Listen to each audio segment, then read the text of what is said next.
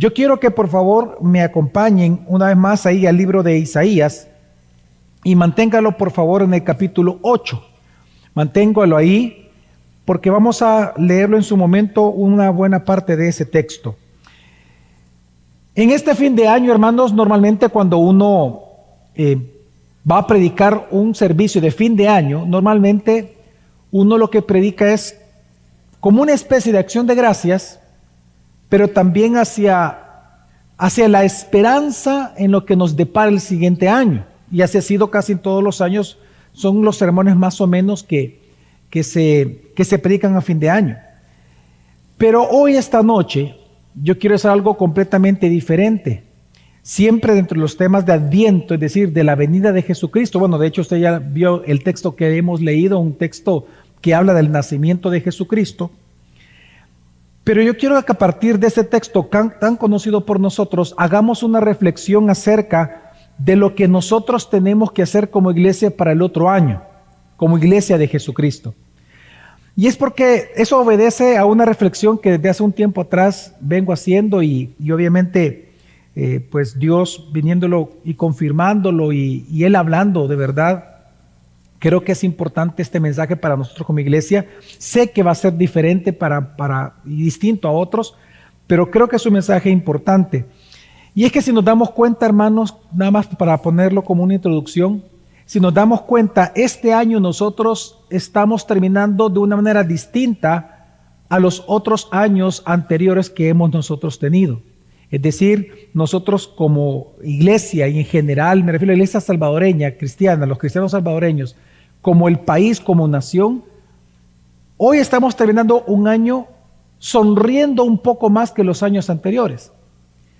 Si nosotros comparamos lo que los otros 2-3 años de a partir del COVID hemos vivido, aún con las carencias que tenemos, las grandes dificultades que hay en el país, la cantidad de injusticias que hay, tantas cosas que podríamos mencionar, pobreza extrema, el 30% de la población salvadoreña, etcétera. Pero aún con todos esos problemas que podamos tener, no podemos negar que hoy nosotros estamos terminando un año diferente en los últimos 3 años en comparación. Y vemos El Salvador que realmente está sonriendo un poco más. Y cuando digo sonreír, me refiero, por ejemplo, el COVID ya no es tan letal como comenzó obviamente en las nuevas cepas que nos encontramos en este momento. El salvadoreño de alguna manera ha aprendido a convivir con eso. Otra cosa impensable en su momento, hace 2 años yo creo que era impensable, si alguien nos hubiera dicho, mira, las maras ya no van a estar en el 2022 como lo han estado en los últimos 20 y pico de años, yo creo que nadie lo hubiera creído. Y eso es algo, y de verdad no estoy hablando de partidos políticos, estoy hablando que es un beneficio para la sociedad, ¿verdad? El que no haya ese tipo de fenómenos sociales en un país. Recordemos que hace apenas 4 o 5 años se nos calificó como la ciudad más violenta del mundo por la revista New York Times, por el The Economist y así otras revistas más a nivel mundial. Entonces realmente si nosotros comparamos cómo estamos terminando este año con otros años, vemos nosotros, hermanos, que El Salvador ha vuelto a sonreír. Por ejemplo, yo sé que hay gente que dice, no, porque eso es un negocio, etcétera. Pero, por ejemplo, en los últimos 2 meses ha habido más conciertos de música que en los últimos quizás 5 años, no sé cuántos años más en El Salvador. El alcohol se ha acabado, según estaba leyendo una noticia de ahí, el alcohol se ha acabado, la gente está gastando. Bueno, y yo digo, bueno, o sea, yo no estoy valorando eso, o sea, yo no estoy poniendo un valor moral a eso, sino que solamente, hermano, estoy narrando los hechos, porque quiero llegar a un punto. Cuando uno ve todo eso en un país, uno dice, bueno, realmente las personas de alguna manera están queriendo normalizar sus vidas. Y está bien, o sea, me refiero el hecho de sentirse una sensación de mayor seguridad, de mayor alegría, qué bien. Pero, a la par de todo eso, también está ocurriendo un fenómeno religioso bien importante. Y es que el número de cristianos se está reduciendo en El Salvador. Y la gente ha comenzado a dejar de asistir a las iglesias. Si nosotros comparamos cómo está terminando este año la iglesia salvadoreña versus hace 1 año, 2, 3 años, menos gente se está congregando hoy que hace 1 año, 2 años. Yo estaba reunido en una cena de comunión entre varios pastores y ahí había en representación quizás unas 1000 iglesias en esa pequeña mesa que estábamos. Y yo no saqué el tema, sino que fueron ellos, de la cantidad de personas que está dejando de ir a las iglesias. Y lo menciono porque lo que está ocurriendo es que por un lado El Salvador está riendo, está feliz de alguna manera, pero por otro lado está dejando de congregarse. Eso manifiesta nada más algo, que muy probablemente es una nación que poco teme al Señor. Hay algo que está ocurriendo, hay algo que está sucediendo espiritualmente en El Salvador, que entonces requiere la atención de la iglesia salvadoreña. Por eso es que en esta noche, en el último servicio de celebración de esta iglesia, 2022, yo quiero responder una pregunta. Y es, ¿qué tenemos que hacer nosotros como iglesia el próximo año 2023 en un país que vuelve a sonreír, pero que no teme a Dios? Para responder esa pregunta, voy a ocupar un texto muy conocido por todos nosotros, que es el que leímos acá. Pero es un texto que, si usted me acompaña en el versículo 7, que fue el último que leímos, en 9:7, al final, cuando se nos anuncia que un hijo os es nacido y nos ha dado un niño, y que será su nombre llamado Admirable Consejero, Dios Eterno, Padre Eterno, Dios Poderoso y Príncipe de Paz. Al final, todos aquí sabemos que ahí está hablando de Jesucristo. Amén. Nosotros sabemos que ahí está hablando del nacimiento, del advenimiento, primer advenimiento de Jesucristo. Pero la razón o el motivo por el cual Dios envió a Jesucristo bajo esos títulos y con esas funciones, lo dice el versículo 7 al final. Y dice, el celo del Señor de los ejércitos hará esto. Es decir, que es esa intención de Dios, ese esfuerzo de Dios por glorificar su nombre en medio de su pueblo, por amor a ellos, ese celo de Dios, porque su pueblo estaba haciendo algo equivocado, contrario a su voluntad, fue lo que movió a Dios a enviar a su Hijo de esta manera. Por lo tanto, yo quiero que en esta noche nosotros reflexionemos sobre esto, sobre cuál es esa intensa determinación de Dios de glorificarse a sí mismo en medio de su pueblo, porque eso es el celo de Dios. ¿Qué fue lo que Dios vio en el pueblo, en su pueblo, que lo llevó realmente a Él? No es un Dios reactivo, entendemos que es un lenguaje humano lo que estamos leyendo acá. Pero dice la Biblia que el celo de Dios fue lo que determinó que Él enviara a Jesucristo como admirable consejero, como Padre eterno, como Dios poderoso y príncipe de paz para nosotros. Entonces, y quiero hacerlo con esa reflexión, porque precisamente si dice que por celo lo hizo Dios, eso implica que Él vio algo que estaba completamente equivocado. Y yo quiero hacerlo porque cuando nosotros analizamos esto, nos vamos a dar cuenta que muchas de las razones que justificaron el envío de Jesucristo bajo estos títulos son las mismas cosas que están sucediendo en nuestro país. Así que yo quiero que leamos un texto. Vamos a leer, hermanos, del capítulo 8, específicamente del versículo 11, y vamos a leer un texto bastante largo del 11 hasta el 9:7. Voy a leerlo todo completo, lo vamos a leer despacio, y luego entonces comenzamos a analizar qué es lo que está hablando aquí la palabra de Dios. Vamos a leer el texto del 8 al 11 en adelante, y dice: Pues así me habló el Señor con gran poder, y me instruyó para que no anduviera en el camino de este pueblo, diciendo: No digáis es conspiración a todo lo que este pueblo llama conspiración, ni temáis lo que ellos temen, ni os aterroricéis. Al Señor de los ejércitos es a quien debéis tener por santo, sea Él vuestro temor y sea Él vuestro error. Vuestro terror. Entonces Él vendrá a ser santuario, pero piedra de tropiezo y roca de escándalo para ambas casas de Israel. y lazo y trampa para los habitantes de Jerusalén. Muchos tropezarán allí y caerán y serán quebrantados, serán enlazados y apresados. Ata el testimonio, sella la ley entre mis discípulos. Aguardaré al Señor que esconde su rostro de la casa de Jacob. Sí, a él esperaré. He aquí yo y los hijos que el Señor me ha dado estamos por señales y prodigios en Israel de parte del Señor de los ejércitos que mora en el monte de Sión.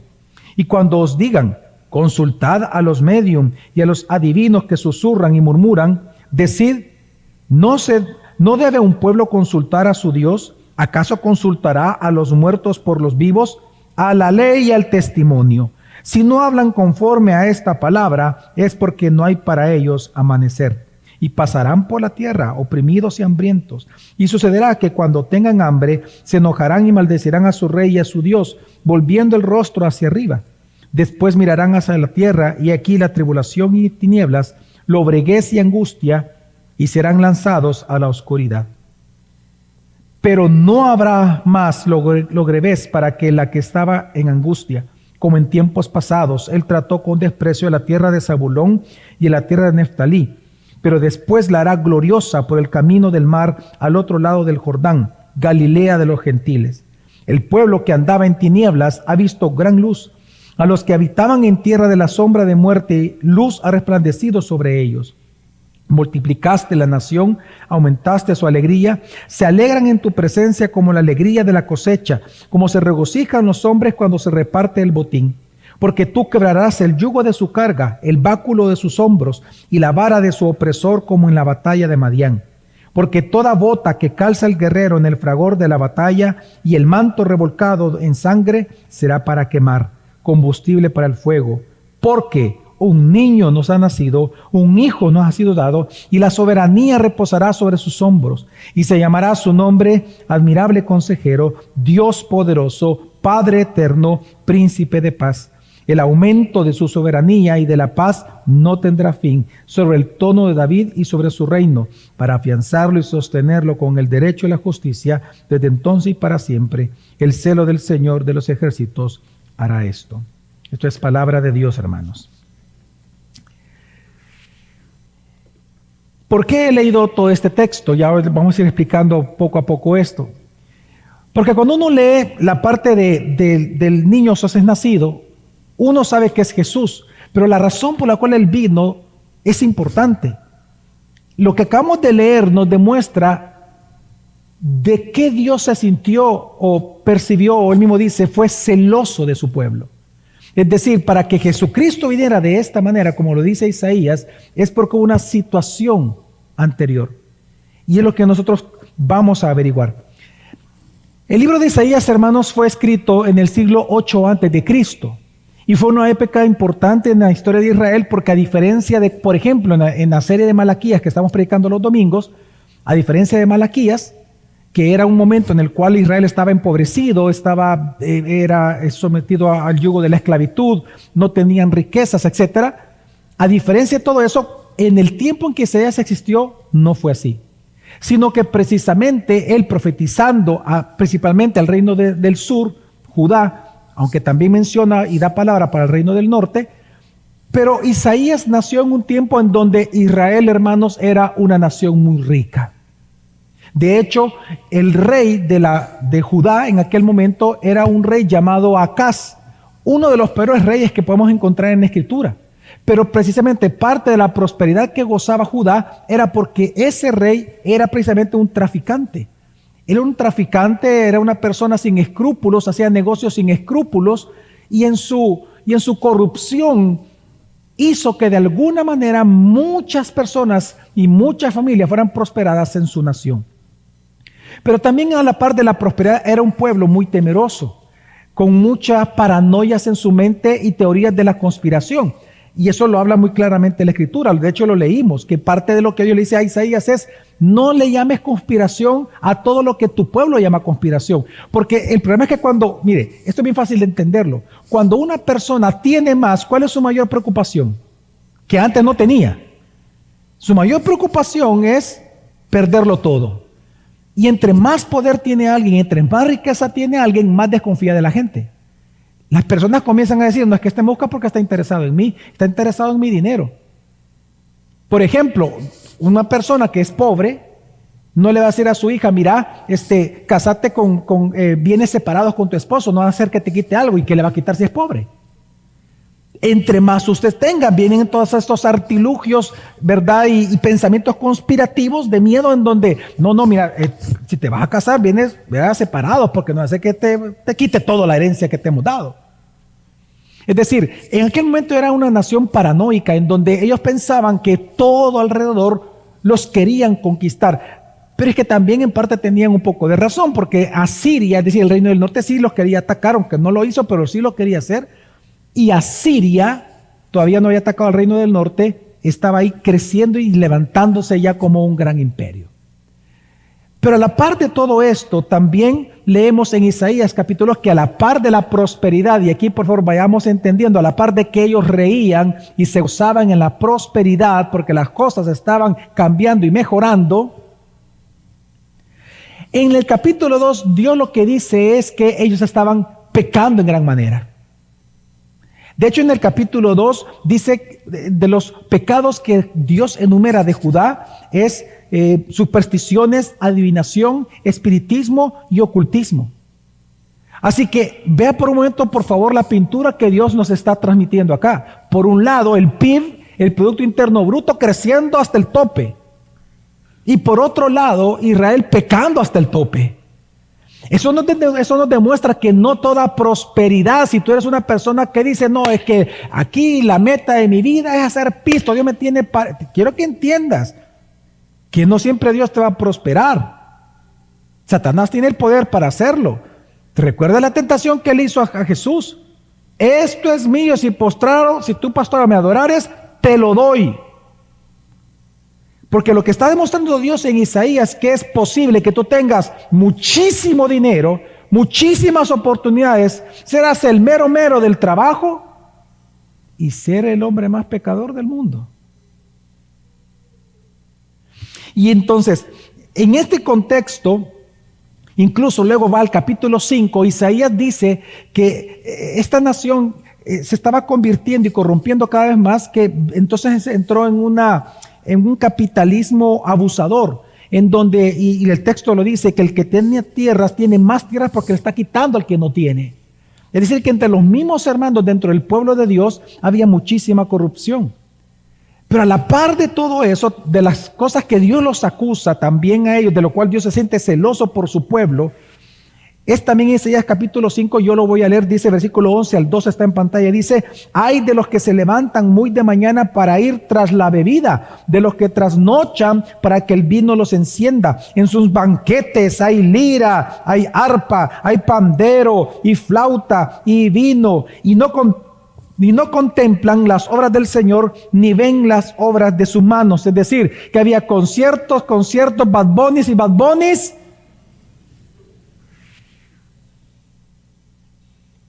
pero no contemplan las obras del Señor. Que por un lado están riendo, estamos cambiando, que bien, súper bien, estamos todo chévere y tropical, y mira, estoy prosperando, pero no ven las obras del Señor. Y bueno, y sigue. Capítulo 5, versículo 20, de hecho su estatus llegó a cambiar y ser tan bueno en su momento que dice que a lo bueno le llamaron malo y a lo malo le llamaron bueno. ¿No es lo mismo que vemos hoy en el posmodernismo en El Salvador, pues? Que le dicen a lo malo le dicen bueno, al aborto le llaman bueno, al enseñarle a los niños homosexualismo y lesbianismo le llaman bueno. A no casarse le llaman bueno, o casarse le llaman malo, tener hijos le llaman malo. Ahora, y como si esto fuera poco, incluso Dios dice que parte de los pecados de ellos es que sus héroes no eran los hombres piadosos. Los héroes, usted sabe que en toda cultura hay héroes, ¿verdad? Hay íconos, hay figuras que las personas quieren ser como ellos, vestir como ellos, pensar como ellos, reír como ellos, hablar como ellos, peinarse como ellos, etcétera, etcétera. Pues Dios dice, hasta eso está en la Escritura. Hasta ese detalle llega Dios con Isaías. Y él dice, ¿quiénes eran sus héroes? Lo vamos a leer, versículo 5, capítulo 5, 22, 23. Dice, ay de los héroes. ¿Quiénes eran? Para beber vino y valientes para mezclar bebidas, que justifican al impío por soborno y quitan al justo de su derecho. ¿Sabe qué está diciendo Dios? Y lo vemos en otros textos de Isaías. ¿Sabe quiénes eran los héroes de Israel en aquel momento? Los políticos y los famosos. ¿Quiénes son los héroes de nuestra sociedad salvadoreña en este momento? ¿Acaso no son los políticos? ¿Acaso la esperanza de muchas personas y muchos cristianos no está en la clase política? ¿Acaso no está en los influencers? ¿En los famosos? ¿En los deportistas? ¿En los artistas? Ahora, es lo que estaba pasando acá.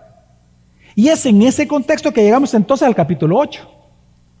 En el capítulo 8, si usted solo lo ve conmigo, leímos del 11 al 22 en el 8, ¿verdad? En ese texto lo que Dios resalta es la oscuridad, cuán oscura era que estaba Israel envuelta.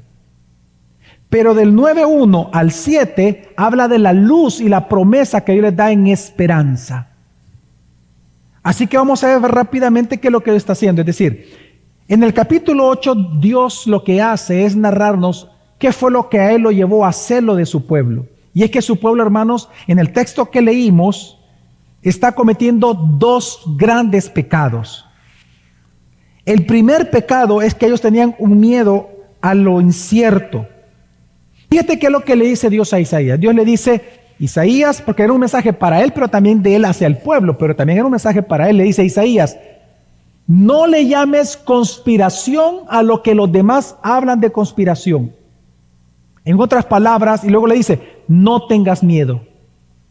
Obviamente, como ya les conté, era una nación en la cual ellos tenían muchísimas pensamientos paranoicos, pero también era una nación que temían muchas cosas negativas. Y cuando Dios le dice a Israel y a Isaías, no temas lo que ellos temen, en otras palabras lo que Dios le está diciendo es lo siguiente, es, Isaías, no te enfoques, o remanente de Israel, no te enfoques en lo que la nación salvadoreña se enfoca. No te enfoques en lo que los inconversos se enfocan. No te centres en lo que la sociedad o la cultura se centra. No te distraigas en lo que la cultura se distrae. No te preocupes en las cosas que la cultura se preocupa. Que tu vida no gira alrededor de lo que tus amigos de la cultura giran sus vidas alrededor. La advertencia de Dios es muy clara. La advertencia de Dios es sepárate de Dios, sé luz tú, no te vuelvas oscuridad como ellos. Tú eres santo, tú estás aparte, tu vida tiene que ser distinta. No puedes pensar igual, no puedes decir igual, no puedes hacer del dinero tu Dios, no puedes, todo eso está involucrado. Pero voy a hacer una pregunta una vez más muy clara. Cuando Dios dice a Isaías y al remanente, no teman lo que los demás temen, la gran pregunta es, ¿y qué es lo que ellos estaban temiendo? Pues, ¿en qué ellos se estaban enfocando en aquel momento? Una vez más, en la clase política. Todos los temas eran políticos para ellos. Tanto que incluso Isaías, y ese es el punto por el cual Dios le dice esto a él, es que Isaías fue considerado un enemigo político del rey Acaz. ¿Por qué? Porque el rey Acaz quería que Isaías formara parte de sus políticos. Y Isaías dijo que no. De hecho, el mensaje de Isaías era, antes de ustedes comprometerse con la política, comprométase con Dios. Ese era el mensaje de Isaías. Amén. Amén. Antes de comprometerte con el hombre, comprométete con Dios. Antes de temer al hombre, tienes que temerle a Dios. Y antes de que confíes en el hombre y pongas carne por brazo, confía en Dios. Ese era el mensaje de Isaías, y por eso Isaías cayó mal. Muy mal a su nación. Porque todo el aspecto en aquel momento giraba en torno a la política. Los políticos eran los grandes héroes. Eran casi los mesías del pueblo. Y entonces Dios les dice, no. Ahora, ¿por qué era así? Bueno, porque lo que estaba ocurriendo, hermanos. Y recuerde por un momento, admirable consejero, Dios todopoderoso o poderoso, Padre eterno, príncipe de paz. Ténganlo en mente, ellos confiaban en que la sabiduría para salir adelante en la vida, la seguridad, el poder para protegerse, el cuidado como de un padre para uno ser provisto, y la paz vendría por la clase política. Ese era el problema con ellos, que su confianza lo habían puesto no en Dios, sino en hombres. Y por eso toda la vida giraba en torno a eso. Ahora, hoy en día en Latinoamérica, hermanos, no pasa tan diferente a eso. Si hay algo, y lo he dicho y lo he predicado eso, y aún en reuniones de pastores que me han invitado en otras ciudades, si algo nosotros vemos en Latinoamérica fuertemente es que hay una idolatría a los estados. Se llama estatismo, en donde la figura del político, la figura de los grandes poderes económicos son la esperanza del pueblo. Los héroes son ellos. El capitalismo, los Elon Musk, el de Apple, ¿cómo es? Steve Jobs. Esos son los nuevos héroes hoy en día. Y lamentablemente de muchos cristianos, no Dios.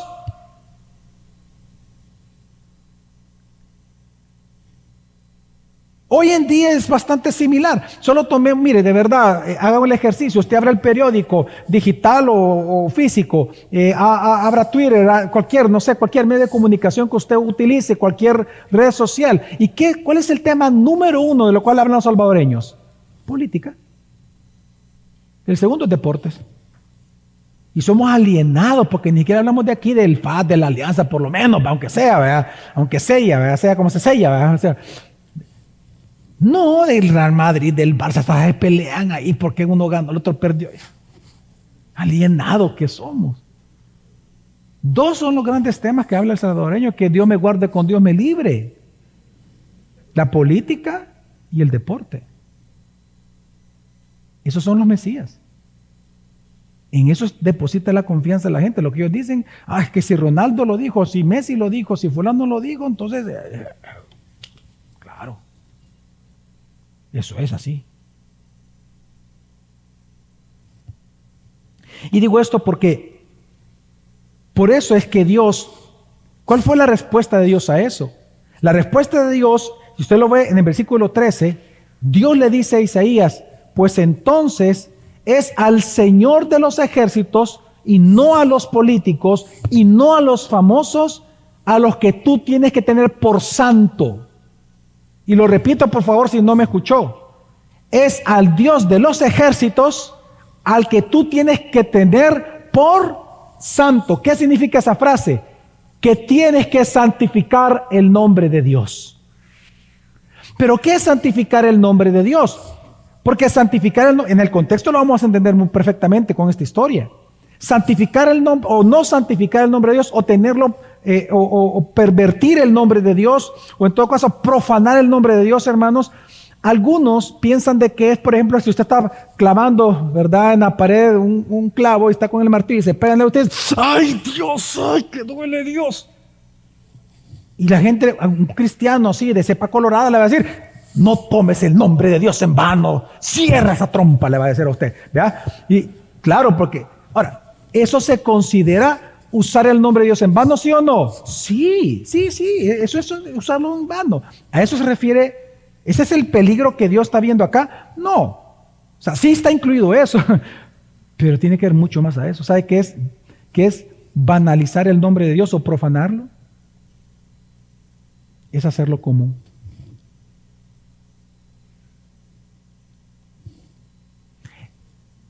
Es que para ustedes la palabra de Dios es otra palabra más. Si Messi dijo tal cosa, si el político dijo esto, y tiene más sentido para mí eso, pues yo eso voy a agarrar. Pero si a mí la Biblia me dice otra cosa y yo veo que es algo obsoleto, pastor está predicando de Isaías, del Antiguo Testamento, pastor. Yo no lo tomo eso mucho. Eso es banalizar el nombre de Dios. Estás reduciendo la gloria de Dios a nada. La estás poniendo a la posición de un hombre. Santificar el nombre de Dios, hermanos, es que el nombre de Dios es entender, es confiar en Él, que solo Él es santo, santo, santo aparte. Él es Dios y por ser Dios, yo me voy a someter a Él. Entonces, la respuesta de Dios es: santifiquen mi nombre. Y entonces viene la pregunta: ¿y cómo santificamos tu nombre? Ahí está el versículo 16. Ata el testimonio en tus corazones. En otras palabras, toma la palabra, créela y guárdala en tu corazón y practícala, hijo. ¿Sabe cuál es la respuesta de Dios a la paranoia social, a la vida llena de temor, a esta división que provocaban las paranoias? Hermanos, atesorar la palabra de Dios. Piensa en una familia, piensa en un matrimonio. ¿Cómo usted va a enfrentar? Ya estamos a 2 días del próximo año, menos de 24 horas probablemente, no, perdón, un poquito más de 24 horas. ¿Cómo usted va a enfrentar el nuevo año? ¿Cómo está su matrimonio? ¿Está roto? ¿Semirroto? ¿Cómo está su familia? Tal vez usted tiene ese pensamiento paranoico de conspiración, ¿verdad? Me quiere hacer un mal, yo le quiero hacer un mal, y así están. En las mismas familias pasa todo esto. ¿Cuál es la respuesta de Dios? Ténganme por santo. No confíen en personas, no confíen en paradigmas, confíen en mi palabra. Atesoren mi palabra y me temerán a mí y confiarán en mí. Amén. Y el segundo pecado que estaban cometiendo era una confianza en las cosas falsas. Por un lado, ya lo mencioné, lo que estaban ellos pecando es que ellos estaban poniendo su confianza, tenían miedo a las cosas inciertas. Pero el otro pecado era que se estaban entonces volteando a confiar en demonios. Tanto que si usted leyó conmigo el versículo 19, dice que ellos consultaban medium, adivinos. Y eso es algo, hermano, mire, eso es algo que hoy está ocurriendo. Le voy a contar esto que pasó hace 2 días. Estaba en una reunión con unos pastores, también representantes de muchas iglesias. Y ahí sí estaban, quiero ver, sí, éramos menos de 10 personas las que estábamos sentadas platicando, más de 1000 iglesias aproximadamente representadas ahí en ese momento. Yo no saqué el tema, simplemente fue uno de ellos que lo sacó y dijo lo siguiente que me sorprendió y me dice: ¿sabe qué, pastor? Me dice: ¿sabe cuál es el problema que nosotros vemos en las iglesias actualmente en El Salvador? Me dice. ¿Cuál? Le digo yo. Oiga, los vasos proféticos que hay. Para los que no tienen ese lenguaje, le voy a explicar qué es. No crea que es un vaso como este. ¿Verdad? Los vasos proféticos se refieren a las personas, casi siempre mujeres, también hay hombres, pero en El Salvador la mayoría son mujeres, que dicen ser mediums de la voz de Dios. Y me estaba contando uno que dice: mira, es impresionante, pastor, me dice. Y el que me lo cuenta es de una de las grandes denominaciones históricas de este país. Estamos hablando de una cantidad de pastores detrás de él y de iglesias. Y me dice: ¿sabes cuál es el problema con el cual nosotros luchamos en todo el área rural de El Salvador? Es que incluso hay iglesias que ya no tienen pastores. Me dijo. ¿Cómo que no es eso? Le digo. ¿Y qué hacen los domingos? El vaso. Lo que diga el vaso, eso se hace. Ahí no hay pastor. ¿Cuál pastor? Ahí el vaso. Y si el vaso dice posición sapito, pues posición sapito todos. Si ahí se cuadran. O sea, ahí. Y me dijo algo. Y me dice así. Sí, me dice él: ay, pastor, me dice, si yo le contara cuántos diputados todas las semanas piden vasos para empezar sus jornadas, usted se va de espalda. nos piden vasos. Todo eso es del diablo, pastor. Ay, no hay palabra, no hay evangelio, no les importa. Bueno, ¿sabe que a nosotros nos dicen que no somos cristianos? A los que predicamos la Biblia nos llaman que no somos cristianos. ¿Sabe por qué le digo esto? Porque esa es la realidad de nuestro país. Un país que por un lado ríe, y ríe muy barato, ríe con cualquier cosa, pero por otro lado es un país que no teme a Dios. Y ese es el problema que está pasando acá. Entonces, una vez más, ¿cuál fue la respuesta de Dios ante este pecado? Versículo 20, él dice, a la ley y al testimonio, es decir, regresen a la Biblia, vayan a la Biblia y me conocerán y me temerán. De hecho, él dice, si alguien en un lugar habla no conforme, dice el versículo 20, a mi palabra, es porque ellos no son de mí, no son de ustedes, no son de Dios, no es verdad, es mentira. Lo que estamos viendo aquí en la Escritura, de hecho Dios advierte y dice, si tú no te regresas a la palabra, no vuelves a la Biblia, versículo 21 dice, esa tierra, ese pueblo pasará hambre y serán oprimidos. Y cuando venga el hambre, dice, le echarán la culpa a dos personajes. Lea usted el versículo 20 al final. ¿A quién le van a echar la culpa de los problemas de la nación? ¿A quién? A los políticos y a Dios. Respóndame, este país, ¿a quién le echa la culpa cada vez que pasa algo?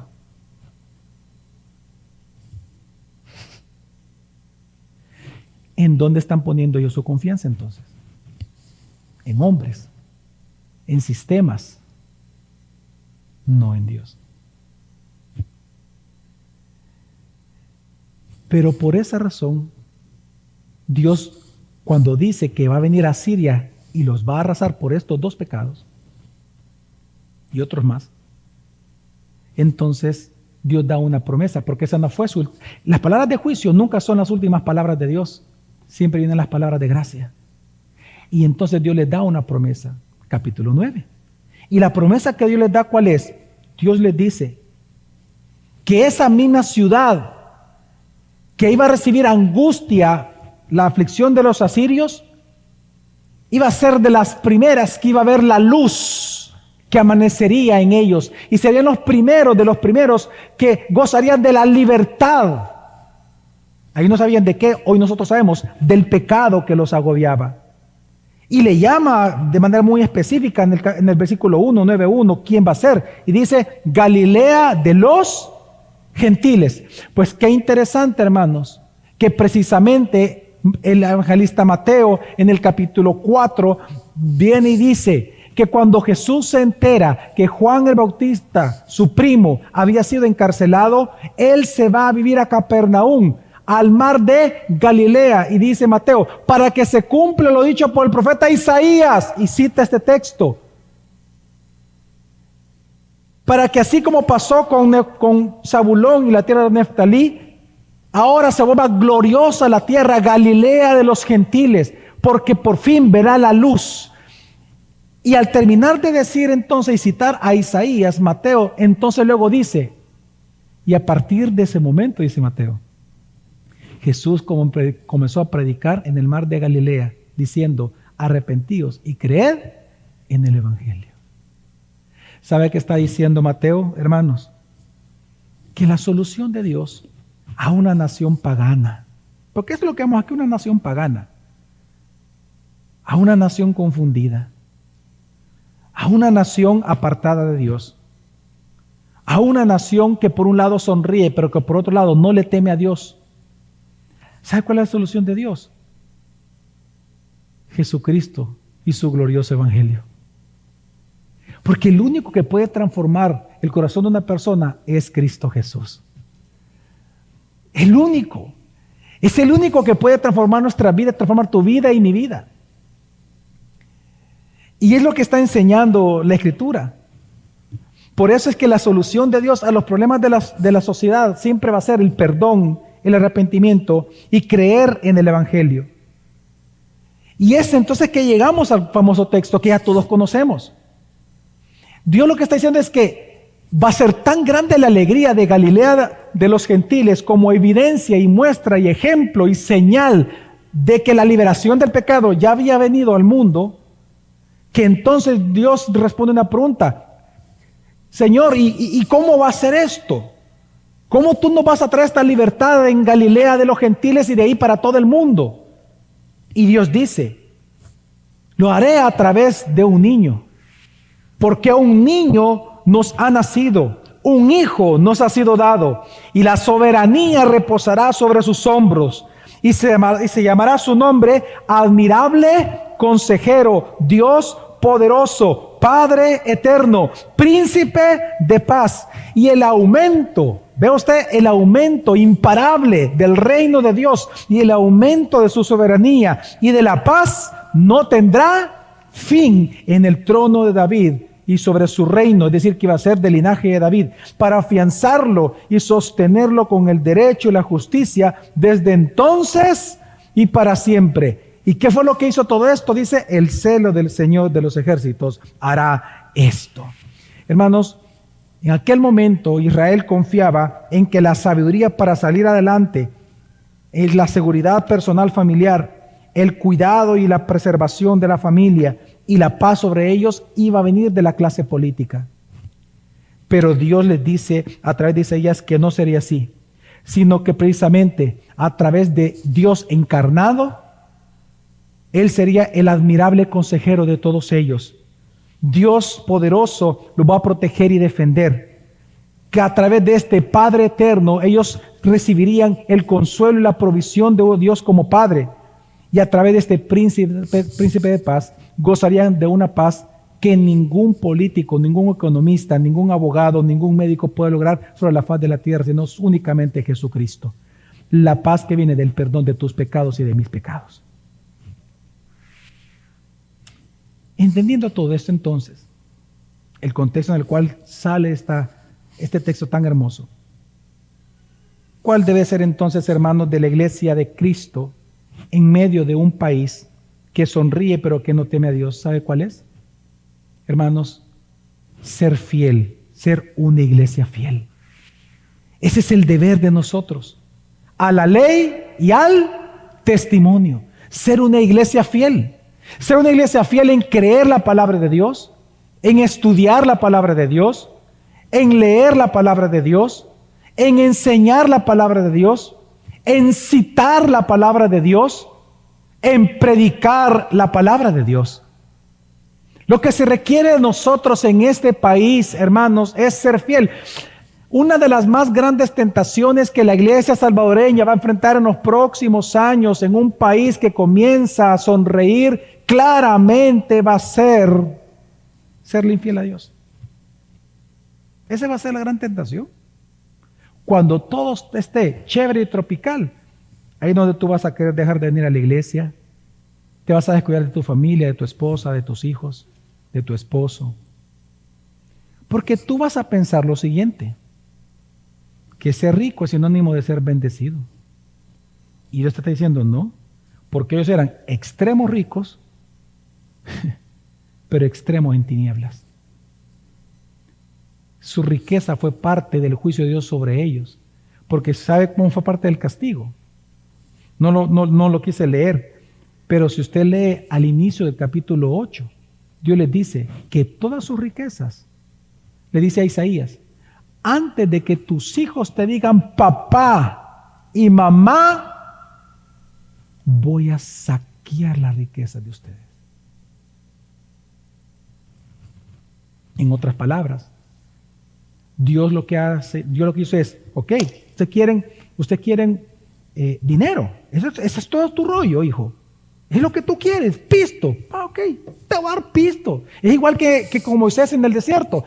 Moisés, del pueblo. Queremos carne. Moisés, ¿cómo es posible que nos has traído aquí carne? Y Dios dice: ¿quieren carne? Pues hoy se van a hartar de carne. Y le mandó las codornices hasta que murieron. Pues es igual. ¿Quieren pisto? ¿Quieren reír? Perfecto. Ese va a ser su Dios. Perfecto. Pisto les voy a dar. Excelente, aquí, hagamos esto, otro, prosperidad, pum, pum, pum. Para que en los próximos años, cuando se retire eso, tú digas: ¿y qué pasó? Y A cada uno se le da conforme a su propia concupiscencia. Entonces, hermanos, ¿qué debe de hacer la iglesia? Esta iglesia, en el año 2023, en un país que vuelve a sonreír pero que no teme a Dios. Hermanos, seamos fieles en no creer ni participar ya en las conspiraciones sociales que hay en El Salvador, las conspiraciones económicas, conspiraciones políticas. En todos lados vemos conspiración.